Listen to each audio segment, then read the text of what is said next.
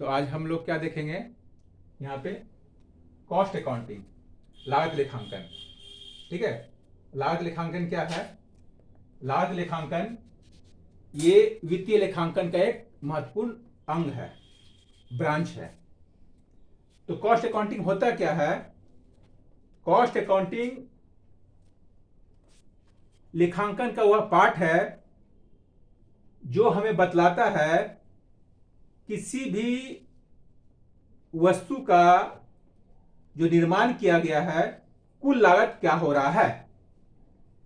वस्तु के निर्माण की प्रत्येक अवस्था में प्रति इकाई लागत के बारे में हम लागत लेखांकन के द्वारा स्पष्ट रूप से जानकारी प्राप्त कर सकते हैं। By the help of cost accounting we able to easily know about cost of product in every stage of production. ठीक है, cost of product in every stage of production. ठीक है, फिर से आप समझ लीजिए, कॉस्ट अकाउंटिंग क्या है? वह पार्ट है अकाउंटिंग का जो हमें वस्तु के निर्माण की प्रत्येक अवस्था में प्रति इकाई लागत की स्पष्ट रूप से जानकारी प्रदान करता है। By the help of cost accounting we able to determine cost of product in every stage of production. ठीक है, अब हम देखते क्या है, थोड़ा सा बैकग्राउंड चलते हैं, थोड़ा सा हम बैक हो रहे हैं कहां, इसका हिस्ट्री जान लेते हैं। कॉस्ट अकाउंटिंग की आवश्यकता क्यों पड़ गई? जैसा कि अभी जस्ट क्या बतलाया है, कॉस्ट अकाउंटिंग क्या लागत लेखांकन का एक, ये वित्तीय लेखांकन एक पार्ट है। वित्तीय लेखांकन से हम लाभ हानि की जानकारी प्राप्त करते हैं, लेकिन निर्माण के प्रत्येक अवस्था में लाभ की जानकारी प्राप्त नहीं कर पाते हैं, इसलिए इसकी आवश्यकता पड़ गई। तो आप ये देखेंगे विश्व स्तर पर क्या होता है, वर्ल्ड वाइड 1929 में प्रथम विश्व युद्ध के बाद जो विश्वव्यापी मंदी आई, कब? 1929 में। तो 1929 के बाद विश्व के अनेक देशों में जहां पर इंडस्ट्री फेल्योर हो रहा था उसको फिर से स्थापित करने हेतु इसके बाद 1929 के विश्वव्यापी मंदी के बाद कॉस्ट अकाउंटिंग की उत्पत्ति हो गई। जबकि आप भारत के संदर्भ में देखेंगे क्या है, द्वितीय विश्व युद्ध के बाद 1944 में कॉस्ट अकाउंटिंग की स्थापना किया गया और 1947 में आपको आजादी मिल जाती है। तो आजादी के बाद क्या होता है, भारत में उद्योगों के विकास हेतु जो नई नई पॉलिसी बनाई गई और उसके तहत क्या गया 1959 में एक्ट बनाया गया, द इंस्टीट्यूट ऑफ, जो क्या है लागत लेखांकन के बारे में जानकारी और प्रशिक्षण देने का काम किया। ठीक है, तो ये इसके लिए क्या है, एक इंस्टीट्यूट स्थापित किया गया, वो क्या था, the institute of cost and work accounts of India, जिसकी स्थापना के बाद विद्यार्थियों को प्रशिक्षण दिया जाने लगा और सर्टिफाई किया जाने लगा और कॉस्ट अकाउंटेंट की स्थापना हो गई। नेक्स्ट आप देखेंगे क्या, इसके महत्व को ध्यान में रखते हुए क्या है, 1965 में इसकी 1965 में स्टेट को क्या हुआ, सेंट्रल गवर्नमेंट को यह अधिकार दिया गया कि कंपनी एक्ट में संशोधन करने के बाद सेंट्रल गवर्नमेंट को यह अधिकार मिल गया कि वह किसी भी औद्योगिक संस्था को लागत लेखांकन रखना अनिवार्य कर दे। तो परिणाम क्या हुआ, समय समय पर इसमें परिवर्तन होते चला गया और अक्टूबर 2004 ईस्वी में 47 इंडस्ट्री को क्या है, यह एसेंशियल कर दिया गया। कब? अक्टूबर 2004 को 47 इंडस्ट्री को यह अनिवार्य कर दिया गया कि आपको लागत लेखांकन रखना है और उसका ऑडिट कराना है। जबकि 2004 से पहले 32 इंपॉर्टेंट इंडस्ट्री के लिए यह अनिवार्य था। तो समय समय पर यह बदलते रहता है, आप अलग अलग बुक में देखेंगे तो वहां पर जानकारी अलग अलग मिलेगी, घबराने की बात नहीं है। ठीक है, तो ये तो हो गया, इसका बैकग्राउंड चले गए।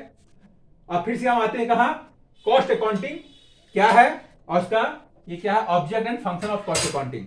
तो फिर से एक बार रिमाइंड करते हैं, कॉस्ट अकाउंटिंग क्या है, लागत लेखांकन क्या है, लेखांकन का वह अंग जिसके द्वारा हम किसी भी निर्माण की गई वस्तु के लागत का निर्धारण स्पष्ट रूप से कर सकते हैं।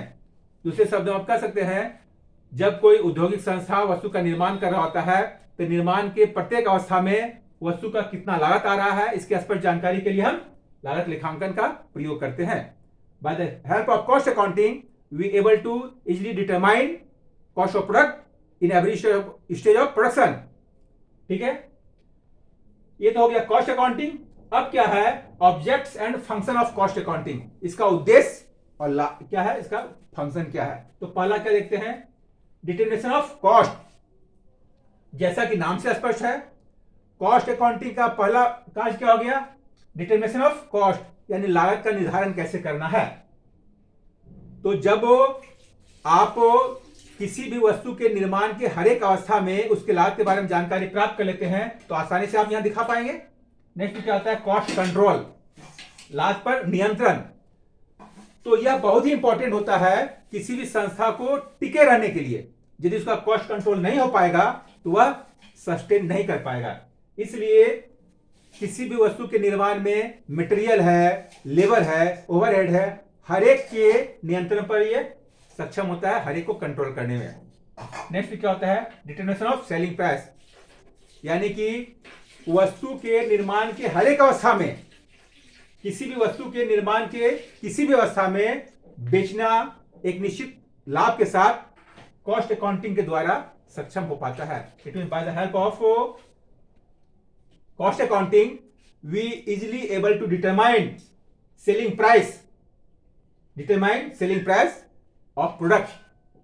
नेक्स्ट क्या है, प्लानिंग एंड पॉलिसी फॉर्मेशन, यानी कि संस्था के द्वारा, मैनेजमेंट के द्वारा संस्था के लिए प्लान करना, योजना बनाना और क्या है, नीति का निर्धारण करना आसान होता है कि कैसे निर्धारित करे, कितना लाभ ले, कैसे अपने आप को सस्टेन करे, भविष्य में कैसे विकास करे।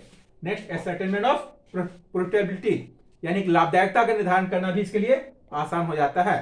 नेक्स्ट क्या देखते हैं, cost reduction. Time to time संस्था को अपने द्वारा निर्मित वस्तु के कॉस्ट को भी डिटरमाइन करना पड़ता है, रिड्यूस करना पड़ता है, घटाना पड़ता है। क्योंकि वर्तमान समय में आप देखते होंगे कि बहुत सारी कंपनी, आपको भी याद होगा, आप लोग अपने लाइफ में देखे होंगे, बहुत सारे कंपनी जिसको आप बचपन में देखते थे, बहुत पॉपुलर थी, जिसका प्रोडक्ट बहुत ज्यादा पॉपुलर था, समाप्त हो गई, कंपनी एलिमिनेट हो गई, कंपनी हट गई। क्यों? कंपनी का कॉस्टिंग ज्यादा आ रहा था, परिणाम स्वरूप कंपनी बाजार में जो टिक नहीं पाई और कंपनी हट गई।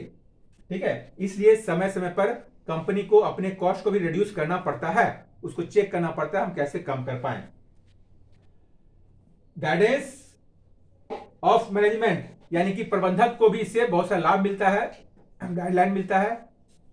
नेक्स्ट क्या है, कंप्लेंट्स ऑफ लीगल फॉर्मेलिटी, यानी कि सरकार के द्वारा जो वैधानिकता है उसको भी फुलफिल करना पड़ता है। तो सरकार के द्वारा जो कानून बनाया गया है उसके तहत जो अनिवार्य किया गया है उसके लिए भी यह जरूरी होता है। क्योंकि आप जस्ट अभी क्या देखे कि अक्टूबर 2004 में जो एक्ट पारित किया उसमें क्या संशोधन किया गया कि 47 इंडस्ट्री के लिए अनिवार्य कर दिया। उससे पहले 32 था, तो इस समय पे बदलते रह रहा है। उसके अलावा भी बहुत सारे ऑब्जेक्ट है जिसको आप फुलफिल करते हैं।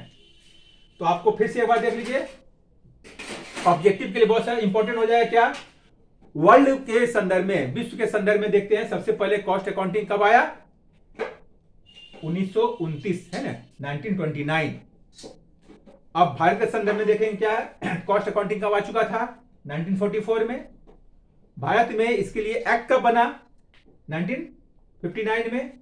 और 1965 में कंपनी एक्ट में संशोधन करते हुए, कंपनी एक्ट में अमेंडमेंट करते हुए सेंट्रल गवर्नमेंट को यह अधिकार दिया गया कि वह किसी भी इंडस्ट्री के लिए अनिवार्य कर दे कि वह उसको कॉस्ट अकाउंट रखना और कॉस्ट ऑडिट कराना अनिवार्य है। इसके तहत क्या है, 2004 में 47 इंडस्ट्री के लिए, इंपॉर्टेंट इंडस्ट्री के लिए, उससे पहले 32 इंडस्ट्री था। तो ये समय समय बदलते रहता है। ठीक है, फिर से आप एक बार फिर से देख लीजिए, कॉस्ट अकाउंटिंग क्या है भाई? Cost accounting is a very important part of accounting, very important part of financial accounting, through which we able to determine cost of product in every stage of production, total cost और cost per unit.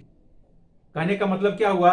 लागत लेखांकन लेखांकन का वह हिस्सा है जिसके द्वारा हम निर्माण की गई वस्तु के प्रत्येक इकाई का निर्धारण आसानी से कर सकते हैं, वस्तु के निर्माण होने के पहले और वस्तु के निर्माण होने की प्रत्येक अवस्था में भी।